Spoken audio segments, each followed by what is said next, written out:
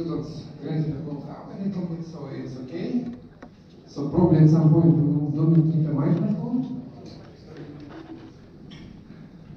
Okay.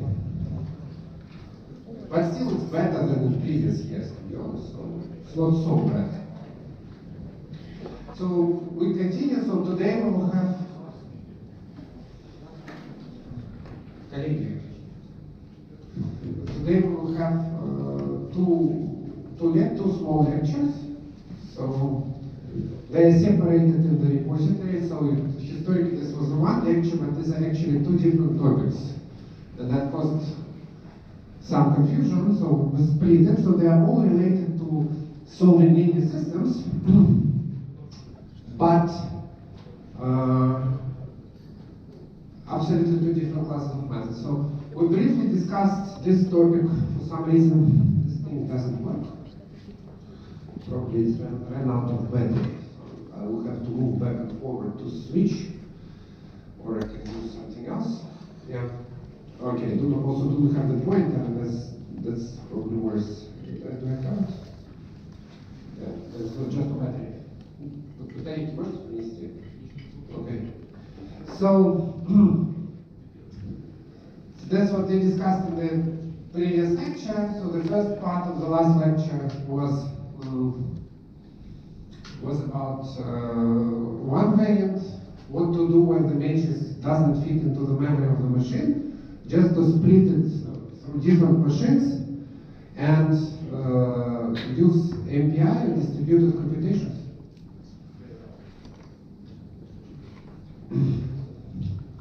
You can speak, but if I hear someone else speaking loudly, that's not very pleasant, sorry. I always do it myself when I'm in the audience, but so, I don't know, writing telegram to each other or something like that. Where was I? So one option is to use MPI, and high performance computing, but of course if the matrix has structure, and the most popular structure is sparse matrices, which correspond to local interaction, then there is no reason not to use it. And sparse matrices can be stored in different formats. If we want matrix by vector product, it's compressed sparse raw and block variants. This is not very efficient in terms of peak performance if you count the number of flops and divide floating point operations. Flop, and divided by second. Flops is per second. That's how to say flop. Okay, no. So then it would be quite low, but the absolute computation time would be much faster. So there are ways how we can reduce so-called cache misses, and this is done by reordering. And reordering for sparse matrices is very important. So for dense matrices, it's not so important, except we are looking at stability of Gaussian elimination. Otherwise, reordering is not very important for dense matrices. For sparse matrices, all the science about sparse matrices is about optimal reordering of rows and columns, optimal permutation of unknowns and equations. Okay. And that's what we'll discuss today. So then we talked about solving linear systems with sparse matrices using direct methods. So direct method again means that in exact arithmetic we are guaranteed to find the solution in exactly infinite number of steps.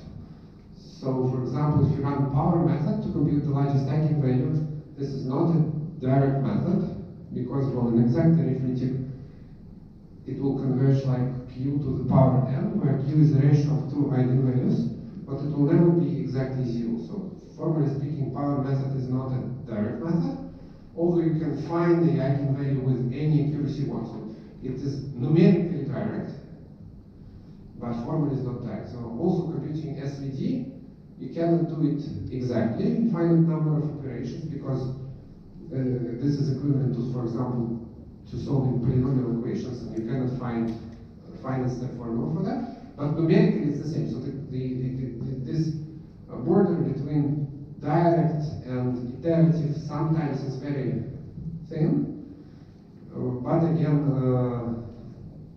there is a difference. But for sparse direct solvers, it's always the case. So when I'm talking about direct method, we basically mean that we're doing Gaussian elimination, and we factorize the matrix into a product of a lower triangular and upper triangular matrix with permutation of rows and columns.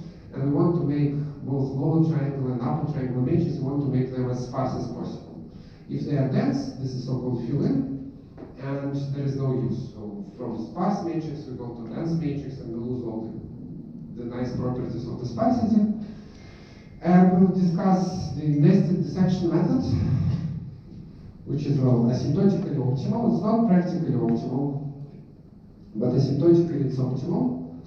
So that's the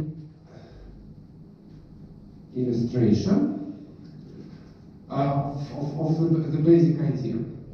So this is so-called arrowhead matrix. It looks like an arrow, right? So there is dense row here, dense column here, dense row here.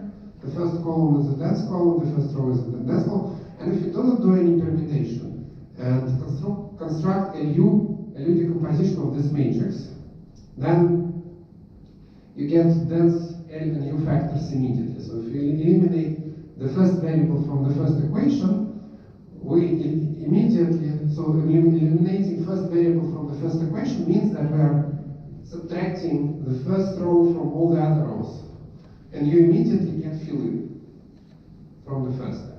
So you have the arrowhead that points towards the 1-1 corner. This is a very bad story for LU decomposition. But if you do permutation of rows and columns, so basically you take the rows and columns in the opposite direction, you get also an arrowhead matrix.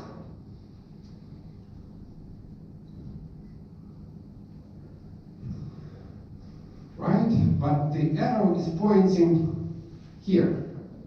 Right? And then we start LU decomposition, and LU decomposition is very sparse. So we eliminate again the first equation from the first unknown from the first equation, so we subtract the first row from all the others, and the fill-in will appear, so there will be no fill-in here because we subtracted, the coefficient will be 0. So there will be no fill-in, no new fill-in when we eliminate the first variable from the first equation. If you go up, you will just kill this, and you are left with this matrix.